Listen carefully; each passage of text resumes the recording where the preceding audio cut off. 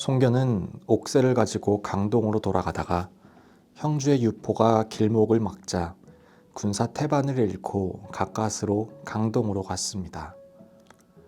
이후로 송견과 유포는 원수지간이 되었습니다. 원소는 군량과 말먹이가 부족했는데 이를 안 기주목 한복이 보내주었습니다. 원소의 모사인 봉기가 주군에게 제안을 했습니다. 대장부가 되어서 천하를 움켜쥐어야지 남이 주는 것만 먹어서야 되겠습니까? 원소는 봉기의 계책대로 공성찬에게 밀서를 보내 기주를 공격하도록 했습니다. 기주를 기반으로 나누어 갖자는 달콤한 내용이었습니다. 공손찬은 이내 속아 넘어갔습니다. 원소는 한복에게도 공손찬이 쳐들어온다는 밀서를 보냈습니다.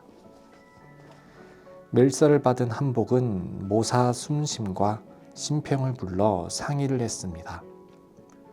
결론은 공손찬을 막아내기 어려우니 원소에게 의탁하자는 것이었습니다. 장사 경무가 호랑이를 양패 속으로 끌어들이는 일이라며 반대했지만 소용없었습니다. 한복은 원소에게 기주를 내주었지만 원소는 한복의 생각과는 다르게 실권을 주지 않았습니다. 뒤늦게 후회한들 무슨 소용이 있겠습니까? 그제야 깨달은 한복은 자신의 목숨 하나 살리려고 가족들도 팽개치고 진류태수 장막에게로 달려갔습니다. 공손찬은 싸우기도 전에 원소가 기주를 차지했다는 소식을 듣고 아우인 공손월을 보내서 약속을 지키라고 했습니다. 기주 땅을 내어줄리 만무할 원소가 형을 데려오라고 둘러댑니다. 유명 작가들은 이 부분을 어떻게 번역했을까요? 한번 살펴보겠습니다.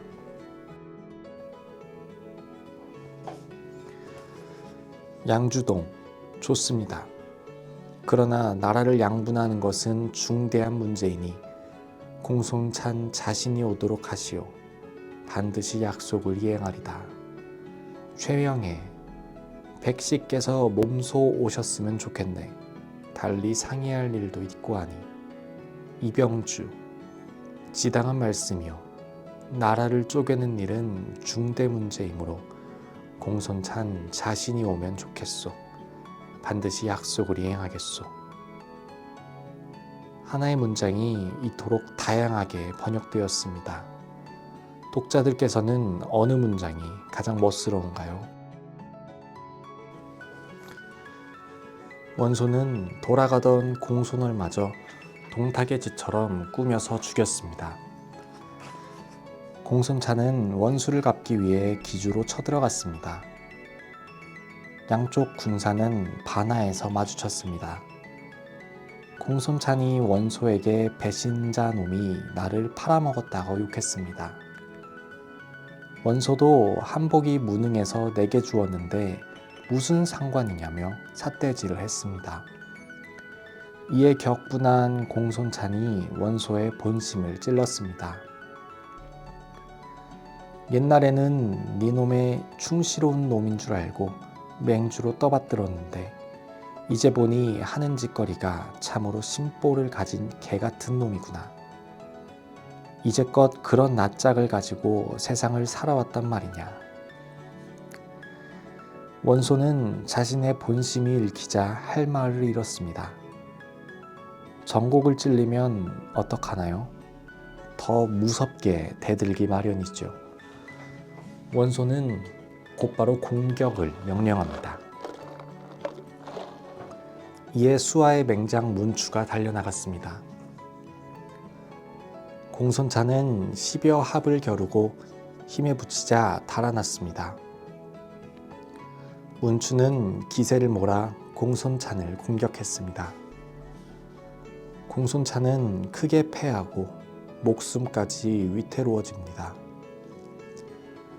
이때 구세주로 나타난 자가 소년장수 조운이었습니다.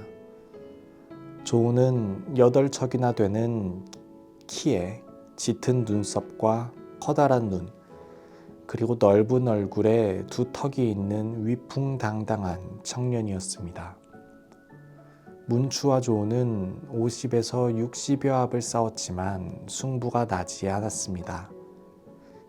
공손찬은 전열을 재정비하고 달포를 싸웠지만 승패가 나지 않았습니다. 동탁이 조서를 보내 싸움을 멈추게 했습니다. 조우는 공손찬에게 의지하려고 했으나 그의 댐댐이보다는 그와 함께 싸운 유비를 보고는 마음이 바뀌었습니다. 유비와 조우는 훗날을 기약하며 눈물의 작별을 했습니다. 원술은 사촌형 원소가 기주를 얻자 군마 1000피를 요청했습니다. 그러나 원소는 이를 거절했습니다. 형주의 유포에게는 양곡 20만 성만 빌려달라고 했습니다. 유표 역시 거절했습니다. 분통한 원술은 송견에게 은밀히 유포를 공격하게 했습니다. 자신은 원소를 치겠다고 설레발을 쳤습니다. 송견은 옥새 사건으로 유포와 원수가 된 터라 원술의 꼬드김에 홀딱 넘어갔습니다. 부하장수인 정보가 원술의 속임수라고 말했지만 듣지 않았습니다.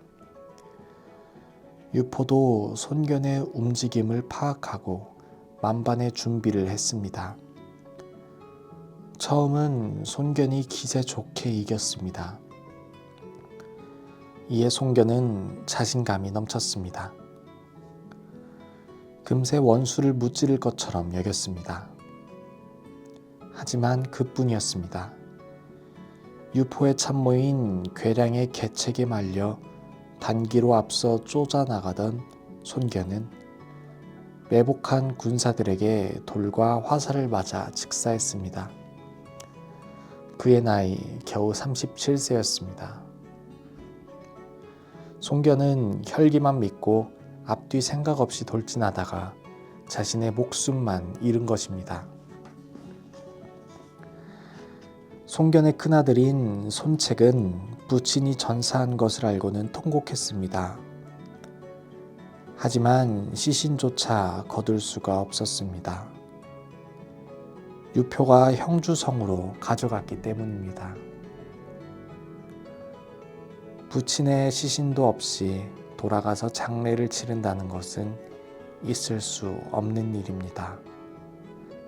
황계가 유포의 부하장수인 황조를 사로잡았는데 부친의 시신과 교환하고 강화를 맺는 계책을 올렸습니다.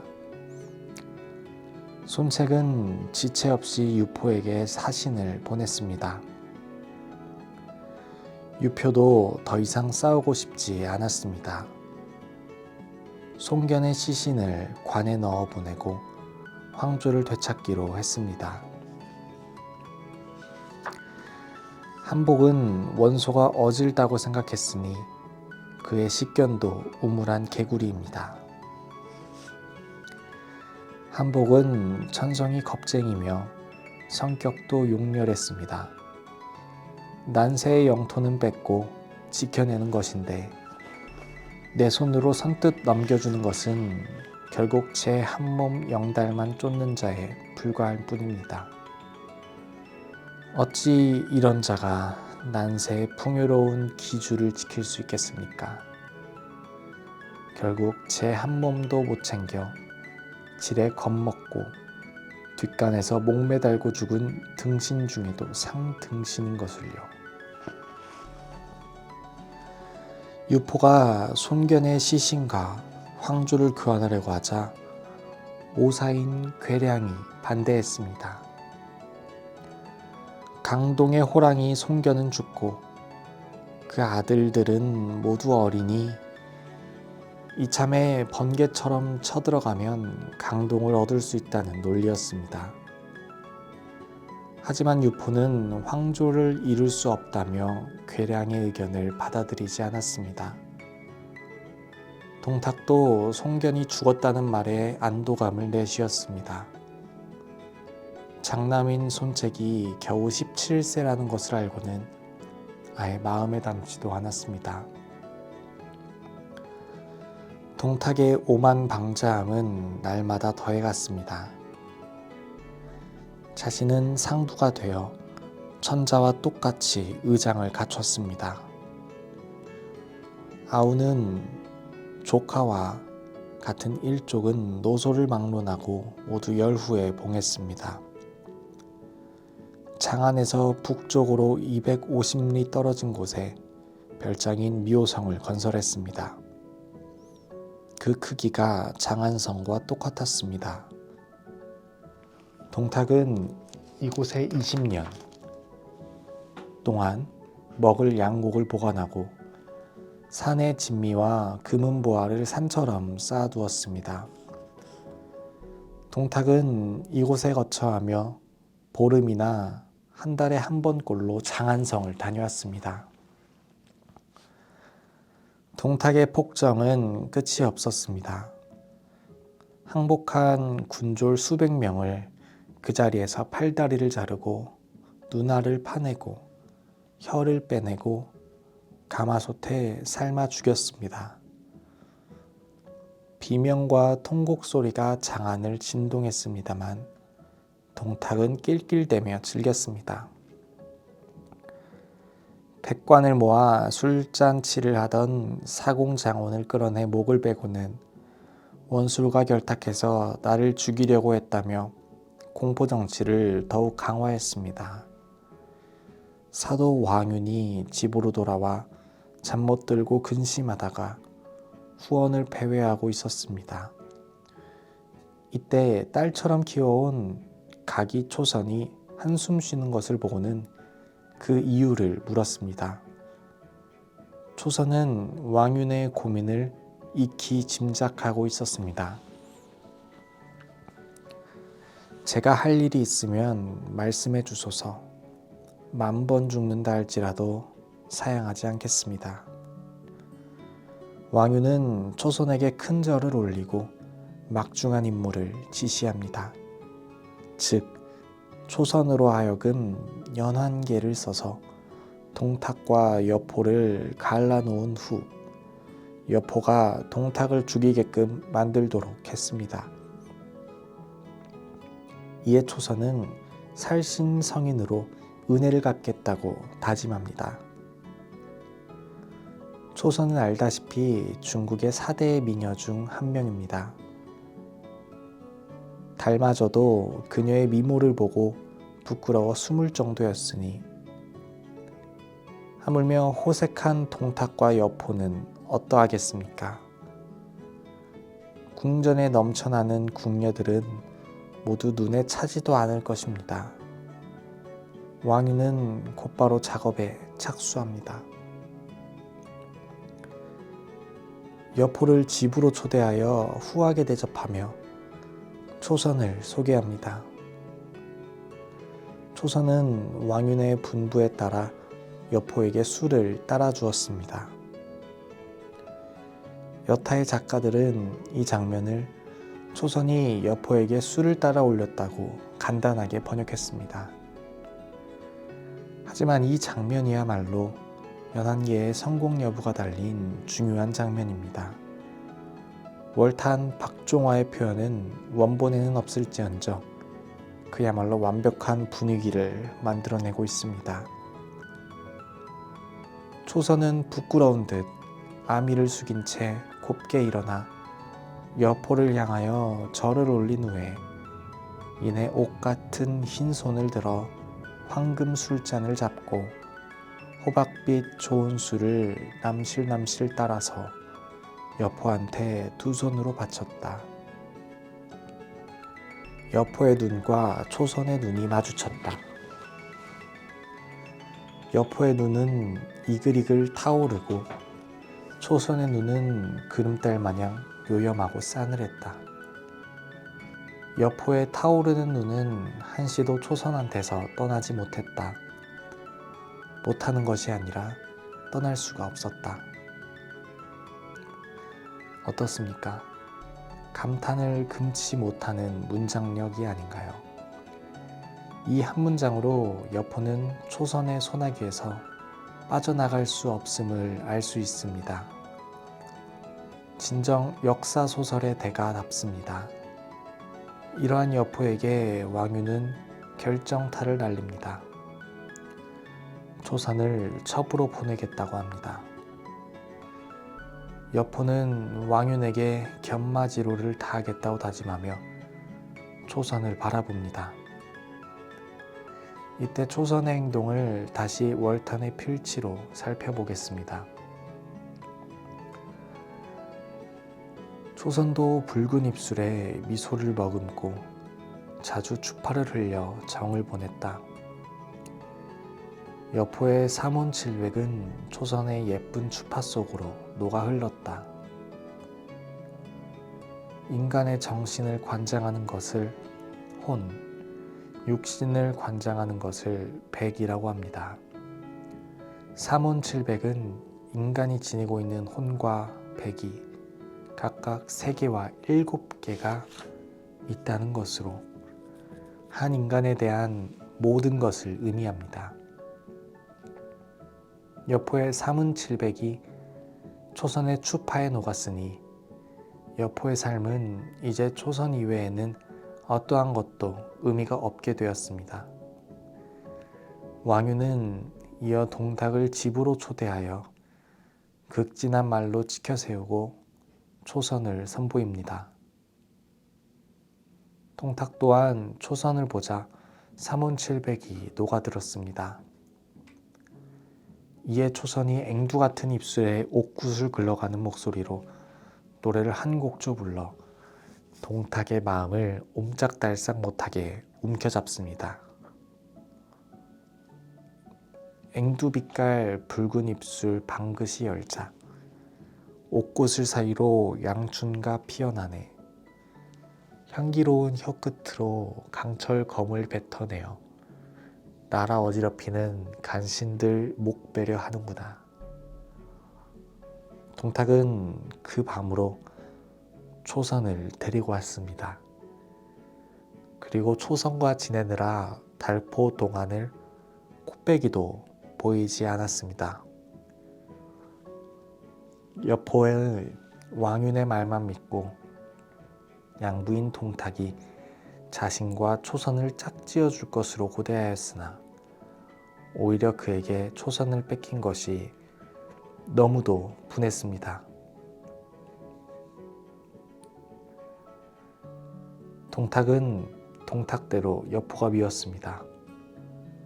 왕윤이 자신에게 준 애첩을 여포가 가로채려고 하는 것을 알았기 때문입니다. 모사인 이유의 설득으로 여포에게 상을 주며 다독였지만 둘 사이의 관계는 이미 금간대나무였습니다. 여포가 초선을 애태우며 지내던 어느 날 동탁이 헌제와 만나 정사를 논하자는 그 틈을 타서 곧장 초선을 찾아갔습니다.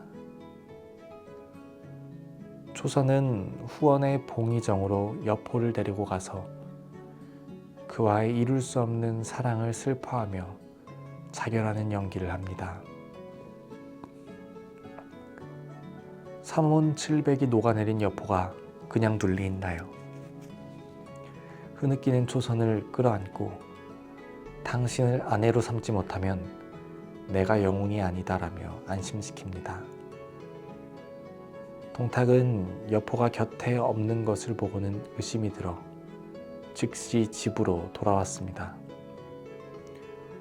아니나 다를까 입구에 적토마가 매여 있습니다. 동탁은 봉의정에서 초선과 미래를 즐기고 있는 여포를 발견하고는 눈이 뒤집혔습니다. 내 이놈 여포야.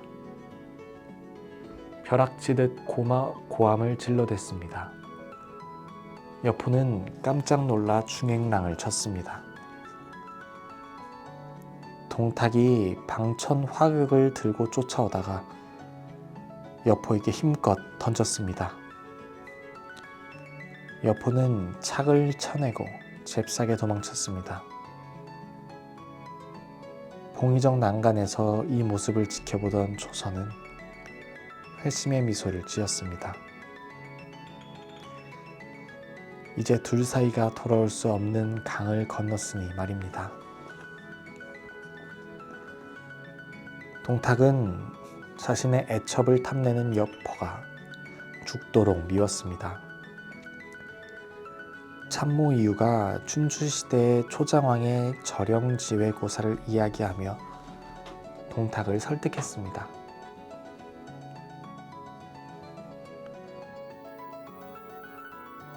그리고 여포에게 초선을 주면 그는 죽기로써 동탁을 모실 것이라고 강조했습니다.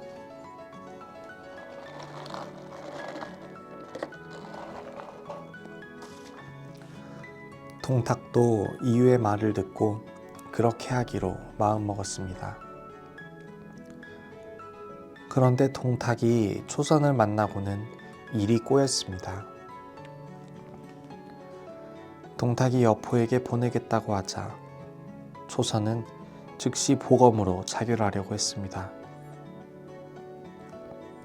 동탁 자신도 보내기 싫었는데 초선이 이렇게 나오니 두고 보고 있을 그가 아니지요. 그는 얼른 칼을 빼앗고 초선을 감싸 안으며 말했습니다. 내 너를 놀리느라 우스갯소리를 한 것이니라.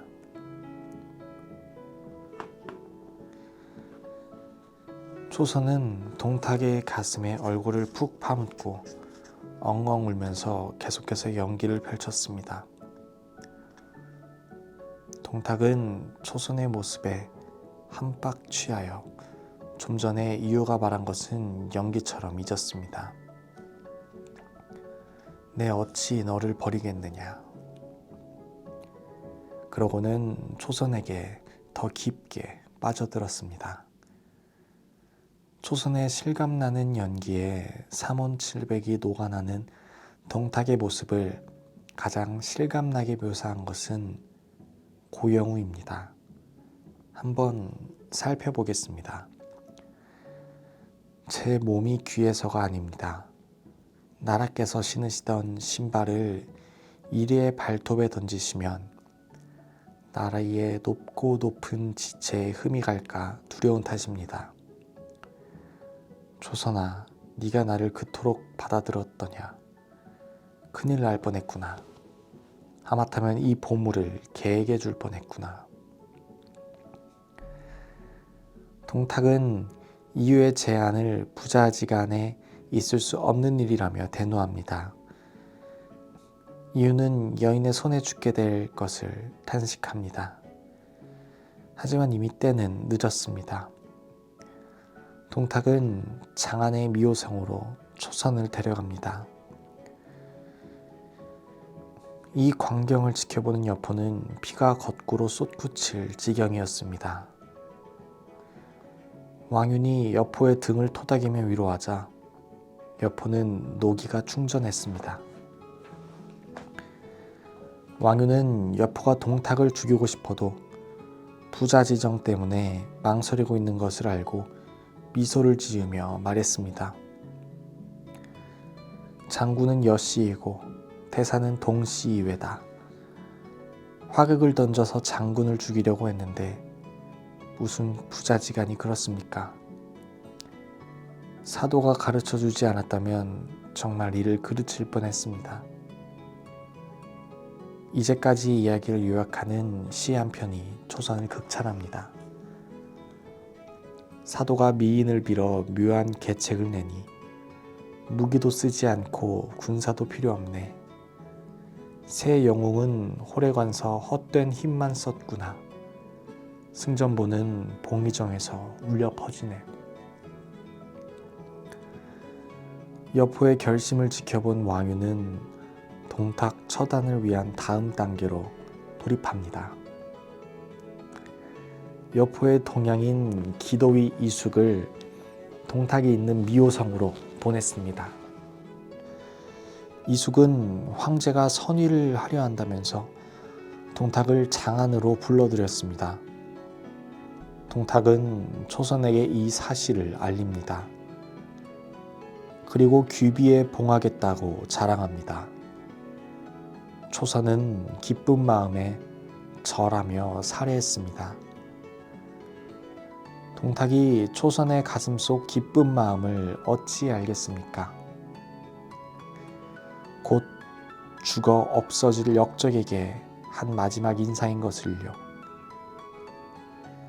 동탁은 기뻐하며 장안으로 향했습니다. 용이 몸을 칭칭 감는 꿈을 꾸고 수레바퀴가 부러지고 말이 고삐를 끊어도 이 모두가 황제에 오르는 징조라는 풀이에 한 조각 의심도 하지 않았습니다.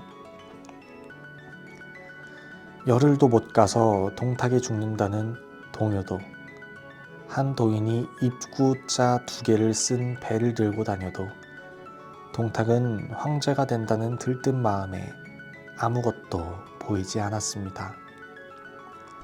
결국 동탁은 입궐과 동시에 분을 참고 있던 여포의 창에 찔려 죽었습니다. 동탁은 여포를 진짜 자신의 피부치 아들로 여겼던 것 같습니다. 자식이라는 이유로 애첩을 주지도 않았고 화극을 던지며 죽이겠다고 난리를 피우고는 없던 일로 하자며 잊었습니다. 그럼에도 자식이 원하는 것이 무엇인지는 아랑곳하지 않고 자신의 배만 불렸습니다. 그저 양부로 모시겠다는 말만 철석같이 믿었습니다. 여포도 처음에는 그러고 싶었을 것입니다. 하지만 양부인 동탁이 점점 의심하고 미워하자 생각을 달리할 수밖에 없었습니다. 여포는 사리사욕을 위해 첫 양부인 정원을 죽인 바 있습니다. 모든 것은 처음이 어렵습니다. 게다가 2번째 양부인 동탁은 황제를 마음대로 가르치우고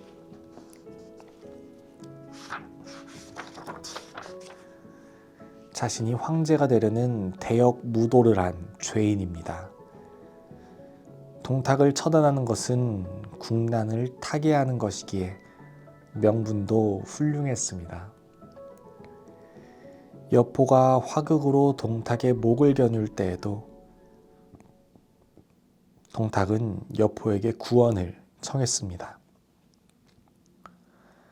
자신이 여포를 정원에게서 데려올 때의 일이 떠오르지 않았을까요? 철석같이 아들로 믿었기 때문인가요? 이 어찌 어리석고 미련한 자의 최후가 아니겠습니까? 왕유는 동탁의 시신을 저잣거리에 공개했습니다. 한 군사가 호의호식으로 살찐 동탁의 배꼽에 불을 놓아 등불로 삼았습니다. 모두가 시신에 침을 뱉고 욕했습니다.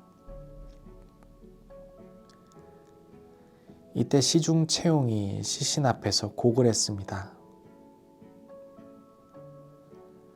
왕윤이 꾸짖으며 그 죄를 묻자 채용은 동탁이 나의 학문과 재능을 인정하고 좋은 대우를 해준 것에 대한 예의로 울었을 뿐이라며 속죄를 청했습니다.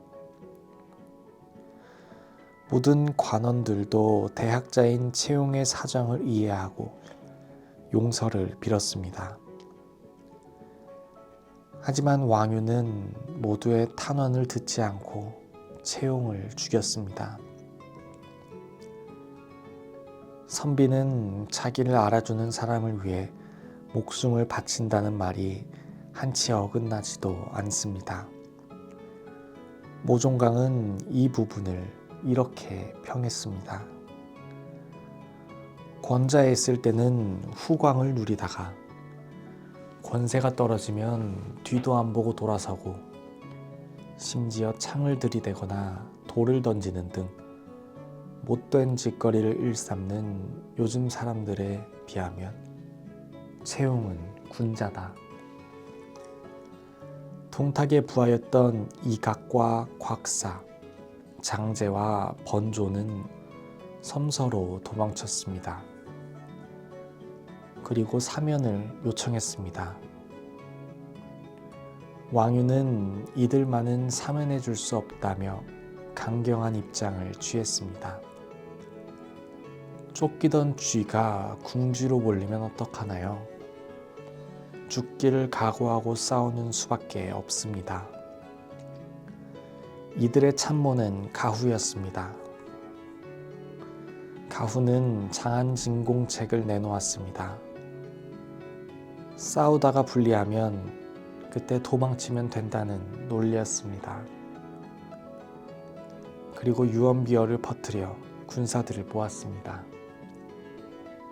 기후의 전략은 적중하여 이각과 곽사 등은 여포군을 무찌르고 장안에 입성했습니다.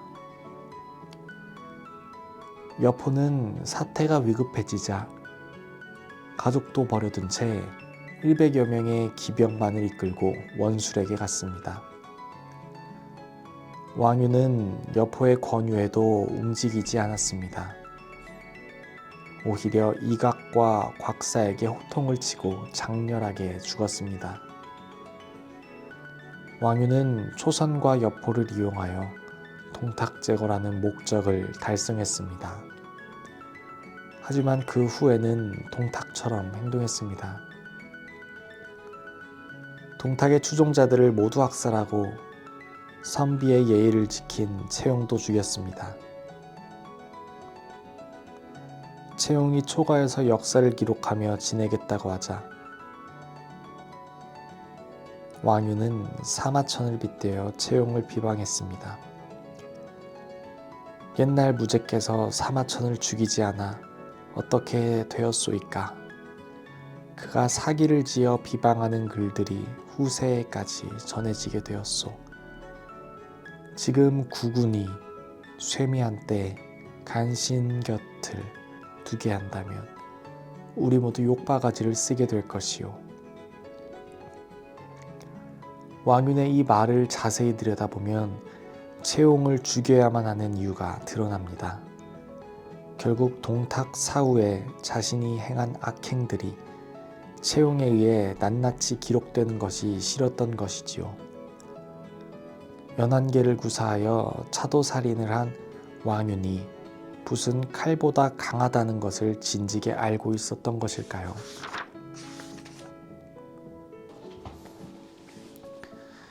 이각과 곽사는 왕윤을 죽이고 장안 입성에 성공하자 헌제를 위협하여 엄청난 벼슬을 차지합니다. 이각은 거기장군, 곽사는 후장군이 되어 절호를 갖고 조정을 주물렀습니다. 번조는 우장군, 장제는 표기장군이 되었습니다. 동탁의 일개 수하들이 동탁의 죽음을 핑계로 쿠데타에 성공하게 되었으니 기세가 등등하겠습니까? 자신들의 벼슬을 거리낌 없이 적어서 황제의 결재를 받았으니 이미 동탁을 능가한 셈입니다. 반란군들은 동탁의 시신 중 일부가 살과 죽과 뼈를 수습하여 장사를 치르기로 했습니다. 그런데 그날이 되자 천둥번개와 장대비가 퍼부어 동탁의 관을 박살내고 시신은 나뒹굴었습니다.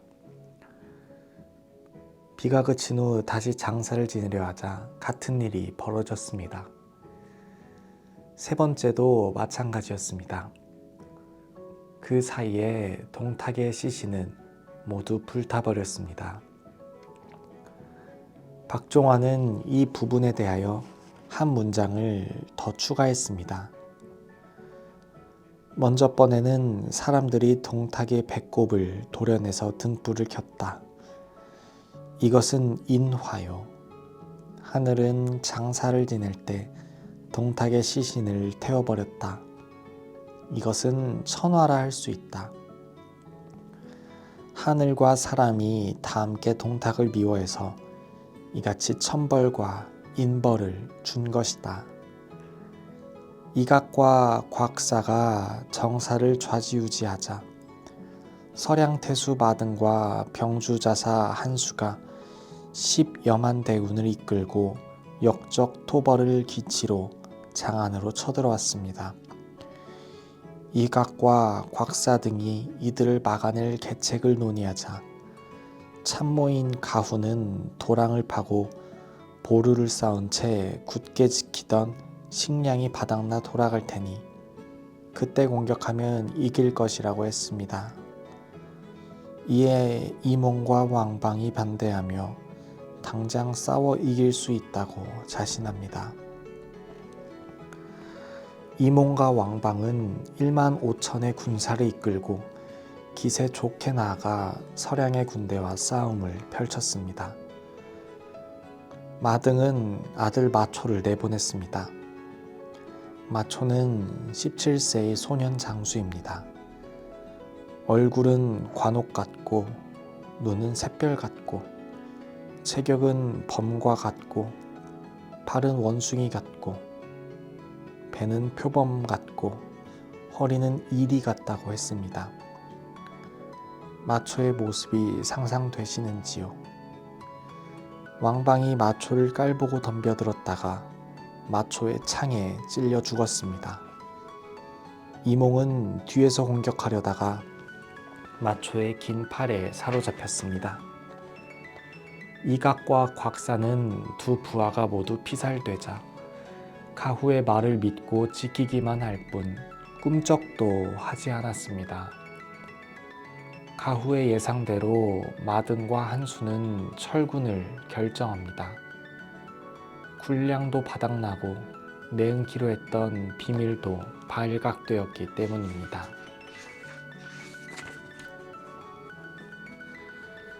장제와 번조가 마등한과 한수를 추격하며 공격했습니다. 한수가 뒤쫓아오는 번조에게 동양끼리 원수가 되지 말자고 사정하자 번조는 한수를 놓아주었습니다. 하지만 일은 꼭 보는 사람이 있습니다. 번조가 한수와 교마어를 나눈 것을 이각의 조카 이리가 보고 일러 바쳤습니다. 이각은 장제와 번조를 불러 주연을 베풀다가 번조를 참수했습니다. 황건적이 다시 일어나 청주를 장악하자 동군 태수인 조조는 제북상 포신과 함께 황건적을 무찌릅니다. 이 과정에서 포신은 전사하고 조조는 승승장구하며 100여일 만에 청주의 황건적을 평정합니다. 30만 명의 병사가 항복하고 100만 명의 백성이 조조에게 귀속되었습니다. 조조는 항복한 병사 중에서 정예의 병을 뽑아 청주병을 구성했는데 이후 청주병은 조조군의 핵심 부대로 성장합니다.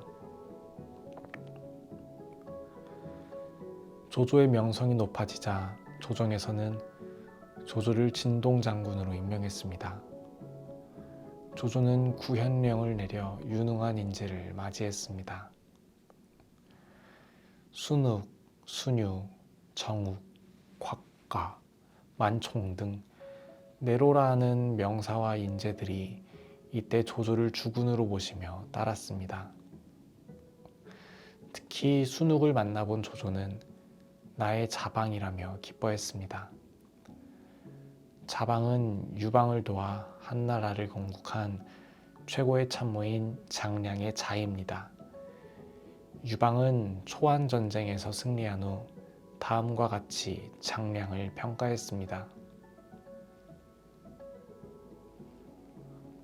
장량은 장막 안에서 계책을 세워 천리 밖에서 승리를 거두게 하였다. 오종강은 조조가 순욱을 나의 자방이라 부른 것에 대하여 한마디 했습니다.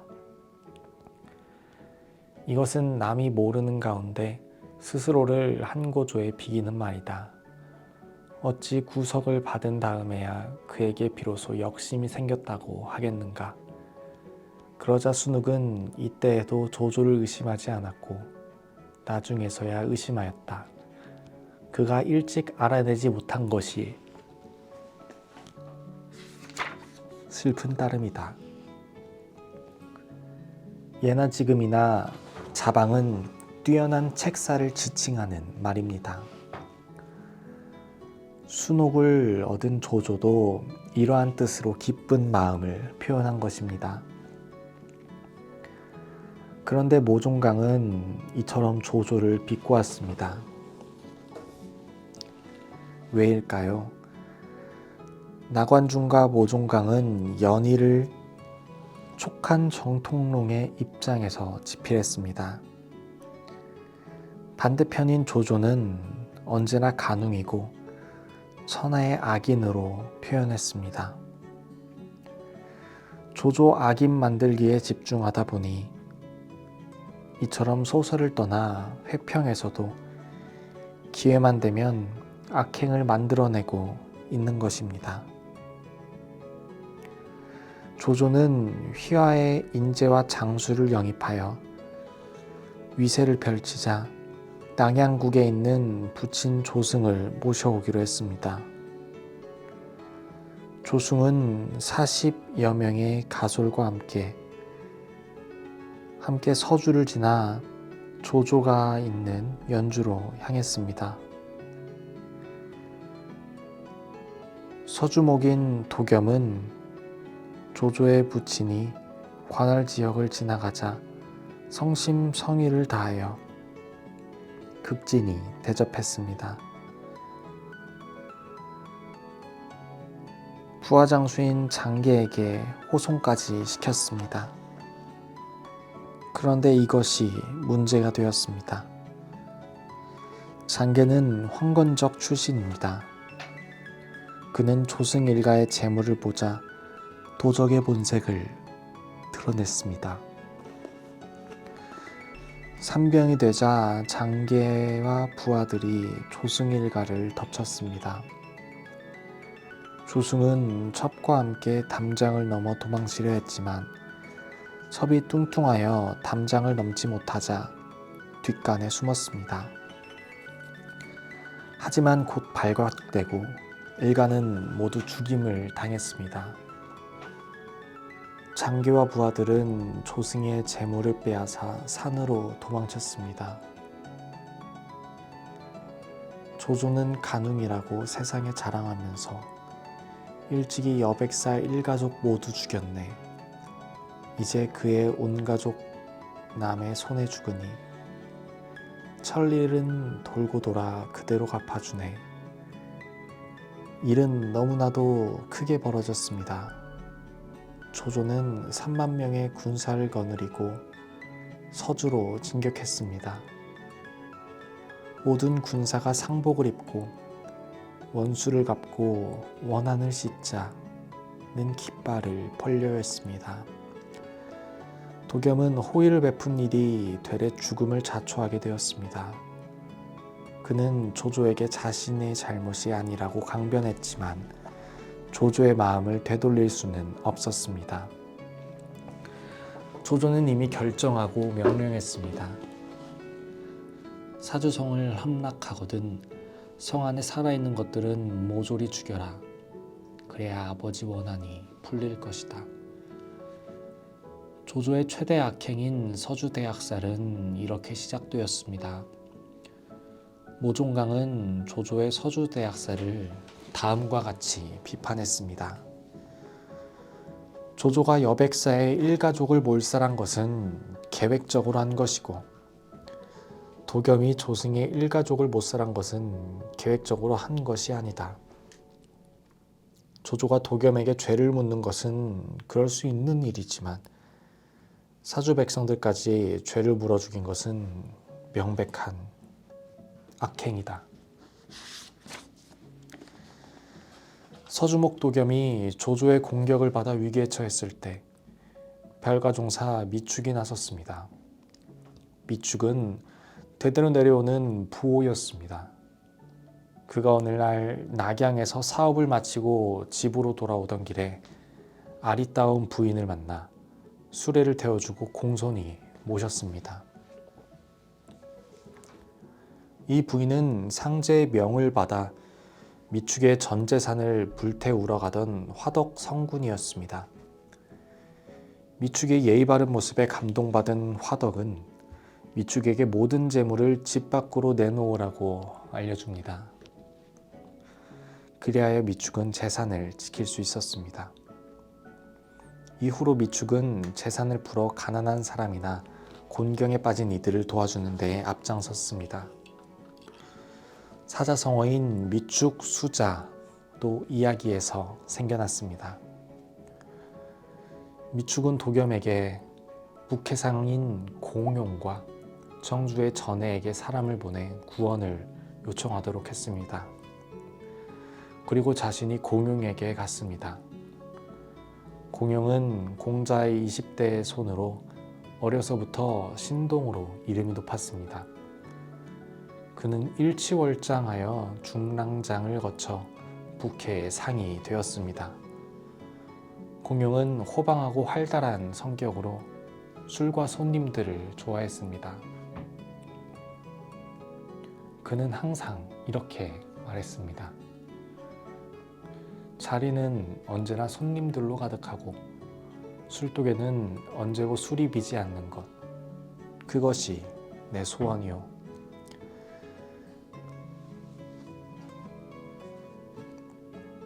공용은 미축이 전해준 도겸의 편지를 보고 도겸을 돕기로 했습니다. 그런데 마침 관해가 이끄는 황건적 대가 쳐들어왔습니다. 도겸을 돕기는커녕 오히려 공용 자신이 위기에 처했습니다. 이때 태사자가 나타나 공용을 도왔습니다. 공용은 일면식도 없는 태사자가 도와주자 너무 기뻤습니다. 태사자는 자신의 노모에게 곡식과 포목을 보내준 은덕을 갚기 위해 공용을 구원했던 것입니다. 공용은 태사자를 통해서 유비에게 구원을 요청합니다. 관에는 기병을 이끌고 태사자를 포위했습니다. 그러자 태사자가 허리에 찬 활을 뽑아 함껏 솜씨를 발휘합니다. 생동감이 넘치는 월탄 박종화의 필치를 살펴볼까요? 100번을 쏘면 100번을 맞추는 태사자의 놀라운 활솜씨에 적장들은 가을바람에 낙엽 떨어지듯 활시위 소리와 함께 발 아래로 떨어졌다. 태사자를 만난 유비, 관우, 장비와 함께 군사를 이끌고 공용을 도우러 왔습니다. 관에는 유비의 군사가 얼마 안 되자 우습게 보고 덤볐습니다. 관우가 나서서 관해를 처단했습니다. 황건적은 크게 패하여 풍비박산이 났습니다. 공용은 유비와 함께 도겸을 구원하기로 했습니다. 유비는 공손찬에게서 2,000명의 군사와 조언을 빌려 서주로 향했습니다. 그리고 조조의 부하장수인 우금과 한 차례 싸움을 벌이며 서주성에 돌아와 도겸을 만났습니다. 유비는 조조와 싸우기 전에 편지를 보내 화해를 요청합니다. 조조가 편지를 가져온 사제의 목을 치고 공격하려 하자 곽자가 막아섰습니다. 이때 여포가 조조의 본거지인 연주를 차지하려고 복양을 공격한다는 급보가 날아들었습니다.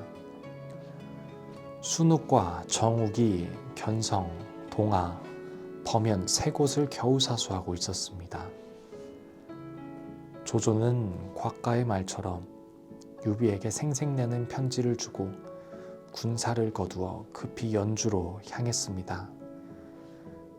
나관중본 연의에는 조조가 유비에게 보낸 답장이 있었습니다. 이 몸은 대대로 명문가에서 태어났거늘 아버님께서 해를 당하셨으니 어찌 원수를 갚지 않을 수 있겠소. 그런 까닭에 도겸의 죄를 묻고 일가를 몰살해 원한을 갚으려 했소. 그런데 황실의 후예로서 재주와 덕성을 두루 갖춘 그대가 특별히 글을 보내 천하를 살피라고 칭하니 내 곧바로 연주로 돌아가려 하오. 간략하게 전하니 다시 만나기를 바라오. 모종강은 연희를 재구성하면서 조조의 흔적을 많이 지웠습니다. 조조는 악인이라는 필요한 것만 남겨두었습니다. 게다가 이 부분에서도 조조를 헐뜯는 비평을 했습니다. 천하의 아버지 원수를 갚기로 나선 자가 어찌 생색을 내며 돌아서는 사람이 없겠는가. 효자는 원수를 갚을 때 스스로 돌보지 않는다. 어찌 식구를 돌보려고 원수 갚기를 그만두겠는가. 태사자가 노모를 위해 힘을 다하여 은덕을 갚은 것은 그가 참된 효자이기 때문이고 조조가 아버지를 위해 힘을 다해 원수를 갚지 않는 것은 그가 효자가 아니기 때문이다. 도겸은 조조가 물러가자 너무 기뻤습니다. 자신을 도와준 사람들을 초청해 성대한 연희도 베풀었습니다. 무엇보다 기쁜 것은 유비를 만난 것이었습니다. 도경은 유비를 보자마자 당당한 풍채와 활달한 말솜씨에 푹 빠졌습니다. 게다가 유비가 황실의 종천이니 더더욱 서주를 넘겨주고 싶었습니다. 이에 모두의 앞에서 서주를 맡아달라고 했습니다. 하지만 유비는 사양했습니다.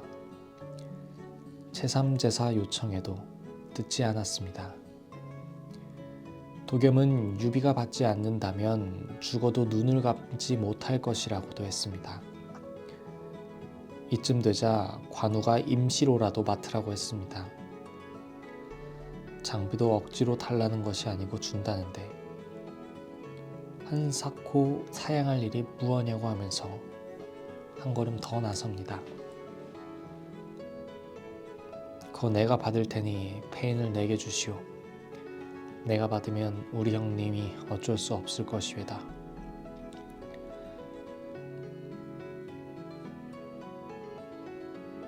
두 아들까지 나서서 권유했지만 유비는 불의한 짓이라며 받지 않았습니다. 유비는 진정으로 받고 싶지 않았던 걸까요? 모종강도 이때 유비 마음을 간파했습니다. 유비가 서주를 사양하는 것이 진짜로 사양할 마음에서 그러한 것인가? 아니면 가짜로 사양하는 것인가? 만일 진짜 사양하는 마음이라면 왜 유장의 익주는 억지로 빼앗고 도겸의 서주는 강력히 사양하는가? 어떤 자는 사양하면 사양할수록 갖고 싶은 생각은 더욱 숨긴다고 하였다.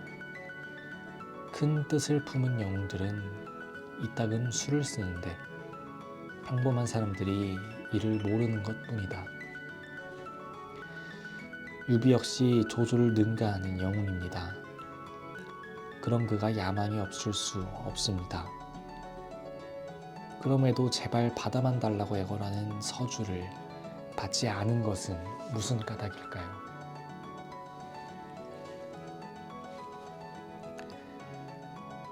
그것은 서주를 지킬 수 없다는 냉철한 판단이 섰기 때문입니다.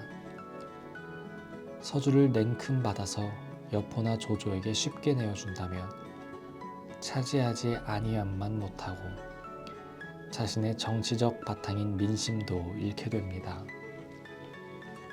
서주를 차지할 힘이 없다면 인의를 내세워 사용하고 또 사용함으로써 민심이라도 내 편으로 만드는 것, 이것이야말로 유비가 꼭꼭 숨긴 서주 접수 절대 불가 이유가 아닐까요? 조조는 서주의 포위를 뚫고 급히 연주로 달려왔습니다. 여포가 복양에 있는 것을 알고는 조인에게 연주성을 포위하라고 하고 자신은 복양성 앞에 영체를 세웠습니다.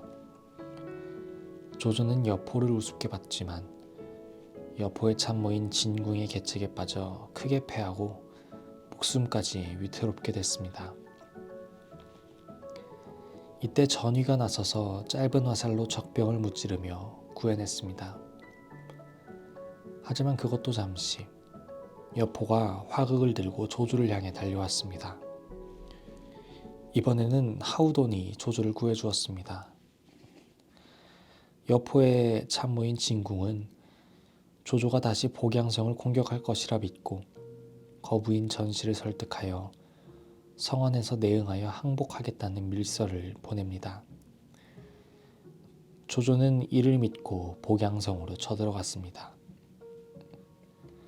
하지만 조조는 함정에 빠지고 죽음의 위기에 닥칩니다. 그 와중에 여포가 조조의 투구를 창날로 치면서 조조가 어디로 가는지 묻습니다. 일촉즉발의 위기. 조조는 얼굴을 가리고 반대쪽을 가리킵니다. 저기 앞에 누런 말을 타고 가는 자가 조조입니다.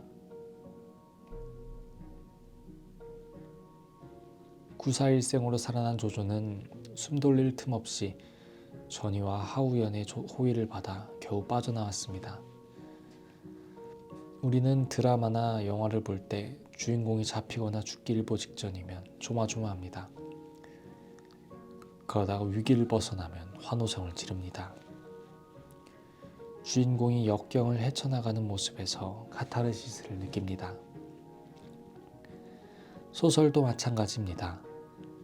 여포와 조조는 이미 낙양에서 수차례 만났습니다. 그런 여포가 아무리 밤중이라고 해도 조조의 목소리를 모를까요? 설령 여포가 조조를 정면에서 봤어도 모르고 지나칠 수 있습니다. 여포는 이따금씩 상대방을 못 알아보는 안면 인식장애가 있다고 하면 되니까요. 어디까지나 소설이고 이러한 소설적 장치를 통해 독자들에게 극적인 재미를 배가시키면 그 자체로 충분한 것이니까요. 조조는 곧바로 진궁의 계략을 알고 이를 역이용하는 장계 취계를 시행합니다. 즉 조조가 화상을 입고 독이 퍼져 영체에서 죽었다는 소문을 퍼뜨립니다.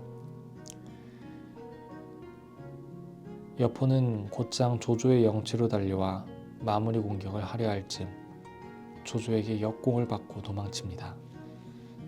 이번엔 여포가 호되게 당했습니다. 이후 여포는 복양성을 굳게 지키기만 했습니다. 조조도 군량이 바닥났습니다. 대기근까지 겹쳤습니다. 양군은 싸움을 중지하고 잠정적으로 휴전을 합니다. 서주목 도겸은 유비가 서주를 사양하자 걱정이 많았습니다. 게다가 병까지 깊어져 위독해지자 급히 유비를 불렀습니다. 도겸은 서주를 받아줘야 눈을 감고 죽을 수 있다고 재차 사정을 했습니다. 하지만 유비의 마음은 요지부동.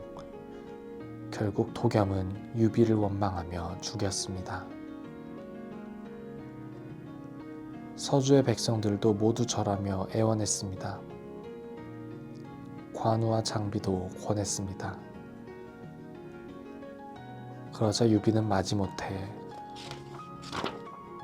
서주목의 인수를 받았습니다. 그런데 단서를 달았습니다. 그대들이 이토록 간곡하게 권하니 그럼 잠정적으로 서주의 일을 맡겠다. 유비는 서주목이 되면서 세 가지를 얻었습니다. 첫째는 사양하고 사양하면서 인의를 확고히 알렸습니다. 둘째는 민심을 얻었습니다. 셋째는 서주성을 지키지 못해도 빼앗겨도 명분이 생겼습니다. 무엇보다 유비는 서주의 민심이 자신에게로 향하고 있는 것이 제일 기뻤습니다. 아무런 기반이 없는 유비로서는 민심이 곧 천신임을 굳건하게 믿었기 때문입니다. 조조는 유비가 서주를 차지한 것을 알고는 대노했습니다. 유비가 화살 반개도 쓰지 않고 서주를 차지하자 유비를 죽이고 서주를 도륙내겠노라고 언성을 높였습니다. 그러자 순욱이 점잖게 간했습니다.